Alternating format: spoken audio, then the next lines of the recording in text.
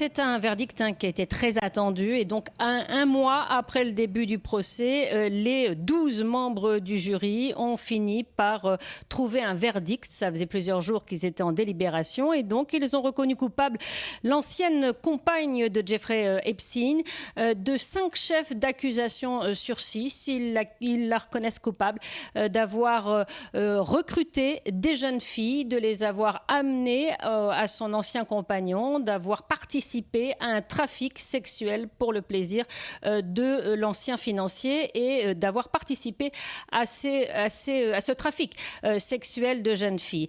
5 chefs d'accusation sur 6 reconnus coupables, ça veut dire que Ghislaine Maxwell risque de passer sa vie en prison, des dizaines d'années en tout cas. Elle vient de fêter ses 60 ans, c'était à Noël, ses 60 ans en prison. Elle est emprisonnée depuis juillet 2020, le jour où le FBI l'avait retrouvée dans sa maison du New Hampshire, et donc Ghislaine Maxwell va rester pendant plusieurs dizaines d'années. On ne sait pas encore, c'est le système américain, on ne sait pas encore exactement le nombre d'années qui sera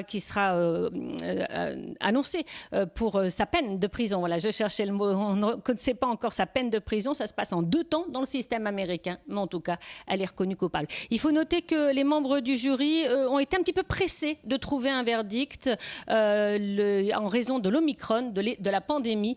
Il y avait des risques que les membres du jury soient eux aussi contaminés. À New York, c'est une contamination fulgurante. La propagation du virus Omicron est tellement fulgurante qu'il était demandé aux membres du jury de chercher au plus vite un verdict dans ce procès.